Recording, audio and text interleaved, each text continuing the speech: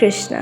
आज मैं आप सबको जगन्नाथ की महिमा तथा उसके साथ अपनी कुछ भावनाएं प्रस्तुत करने जा रही हूँ। तो चलिए मेरे साथ इस सफ़र में। मैंने हैरान होकर देखा, आसमान जैसे उल्टा पड़ा था और सारे सितारे बिखर कर नीचे टिमटिमा रहे थे। दूर ढलान लेती तराई पर सितारों के गुच्छे एक रोशनियों की झालर सी बना रहे थे। क्या था वह? रात में जगमगाता उड़ीसा में स्थित पुरी शहर था। एक ऐसा शहर जिसका सब कुछ सुंदर था, सुबह शाम रात। और हम पुरी पहुंचकर सुबह ही जगन्नाथ के दर्शन के लिए निकल पड़े। रास्ते में चलते चलते दूर से ही जगन्नाथ मंदिर का ध्वज दिखने लगा और वो ध्वज पवन की विपरीत दिशा में लहरा रही थी। है ना आश्चर्य वाली बात?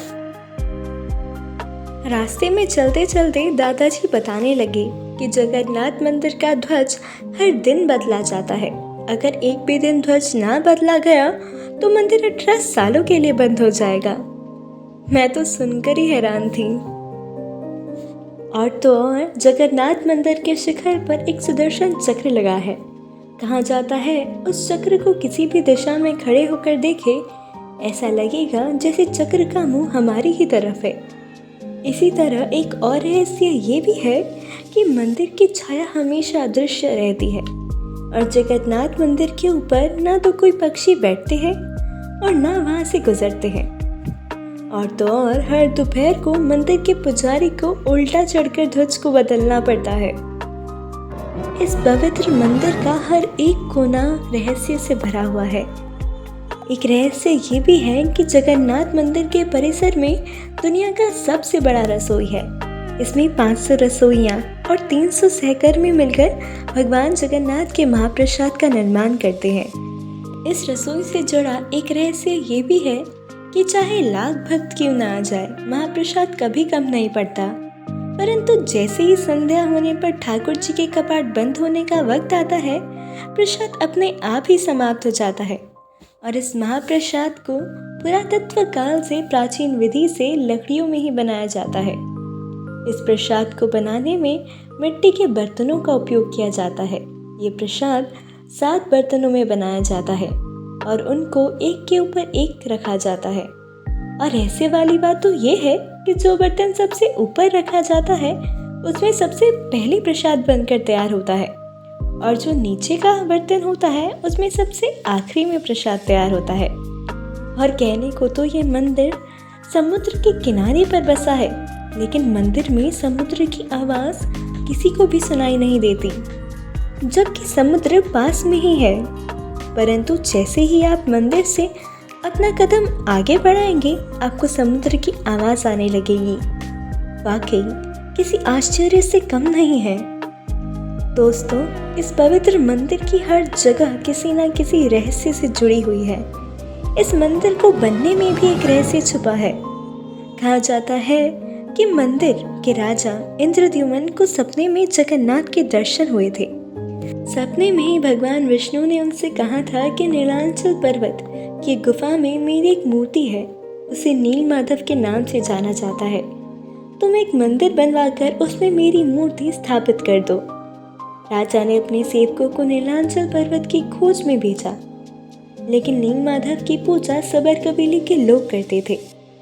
राजा के सेवक ने वहां से मूर्ति चुराकर राजा को लाकर दे दी थी, लेकिन मूर्ति के चोरी होने से भगवान नीलमाधव अत्यधिक दुखी थे, इसलिए वापस उसी गुफा में चले गए।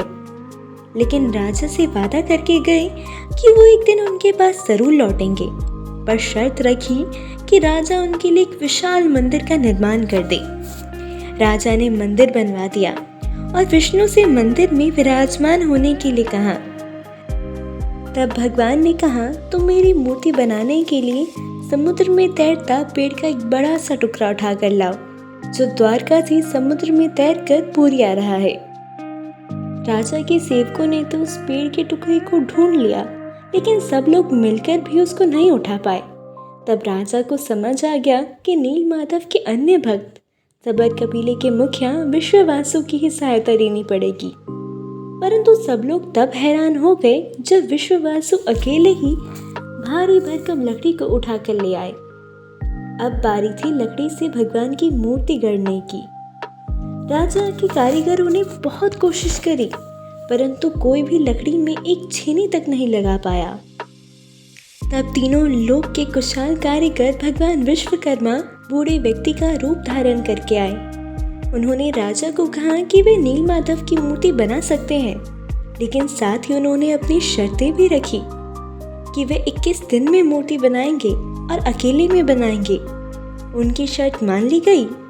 पहले कुछ दिन तो मूर्ति के बनने की आवाज़ आ रही थी, पर जब आवाज़ आना बंद हो गया तब रानी से रहा नहीं गया और राजा से दरवाज़ा खोलने की विनती करी। कुछ दिन बाद राजा ने उस कमरे का दरवाज़ा खोल दिया। तब पाया कि वो बूढ़ा व्यक्ति गायब था और 3 अधूरी मूर्तियाँ पड़ी थी, जिसमें नीलमाधव यानी श्री जगन्नाथ, बलदेव और उनकी बहन सुभद्रा थी। राजा ने इसे भगवान की इच्छा मानकर इनको मंदिर में स्थापित कर दिया। कहानी सुनते सुनते हम मंदिर पहुंच गए और जब सब कुछ अपनी आंखों में समाया, पाया जैसे कितना पवित्र, सुंदर, सुखमय और आश्चर्यजनक था वह मंदिर। न जाने कितने लाखों लोग जगन्नाथ के दर्शन के लिए आते हैं। उनके दर्शन मात्र से ऐसा लगता जैसे सारी तामसिकताएं यहीं बह जाएंगी और मन काव्यमय हो उठा। आगे की कहानी जानने के लिए मेरे चैनल को सब्सक्राइब कीजिए। जय जगन्नाथ।